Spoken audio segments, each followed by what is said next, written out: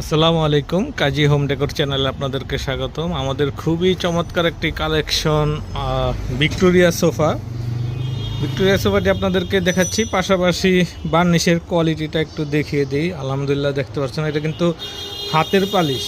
তো এইভাবে যারা সরাসরি আইসা দেখে সবাই ভাবে যে এটা লেকার, আসলে এটা লেকার না, এটা হচ্ছে হাতের পালিশ করা একটি ভিক্টোরিয়া সোফাটি 2-to-1 অর্থাৎ 5 সিটের সোফা। একটি মাঝে বড় সেন্টার টি টেবিল এবং দুইটি ছোট টি টেবিল রয়েছে।